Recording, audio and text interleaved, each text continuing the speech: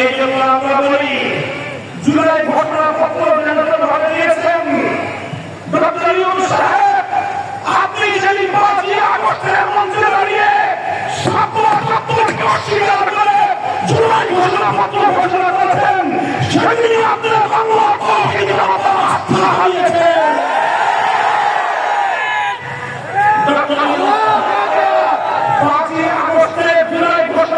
তৈরি করবার জন্য যারা সহযোগিতা করেছেন, যারা সেই ঘোষণাকে স্বাগত জানিয়েছেন, আমরা তাদের সকলকে আগামী করিয়ে বলতে চাই, শাপলা চত্বরের বীর শহীদদেরকে আপনারা যে অসম্মান এবং অমর্যাদা করেছেন, আগামী বাংলার মানুষের কাছে আপনাদেরকে সেজন্য জবাবদিহিতা করতে হবে।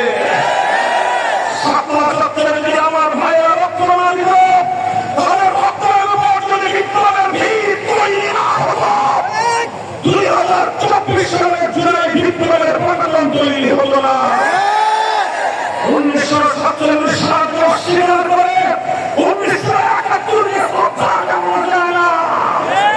1947 সালে কলকাতা এবং দিল্লির আধিপত্যকে অস্বীকার করে আমাদের পূর্বপুরুষরা একটি স্বাধীন মুসলিম জাতিসত্তা গঠন করবার নিমিত্তে যেই বাংলাদেশ নামক পূর্ব পাকিস্তান এবং পূর্ববঙ্গের ভূখণ্ডকে দিল্লির আধিপত্য মুক্ত রেখেছিল, সেই 47 সালের দেশ বিভাগকে অস্বীকার করে আমাদের বাংলাদেশ গড়ে তোলা সম্ভব নয়।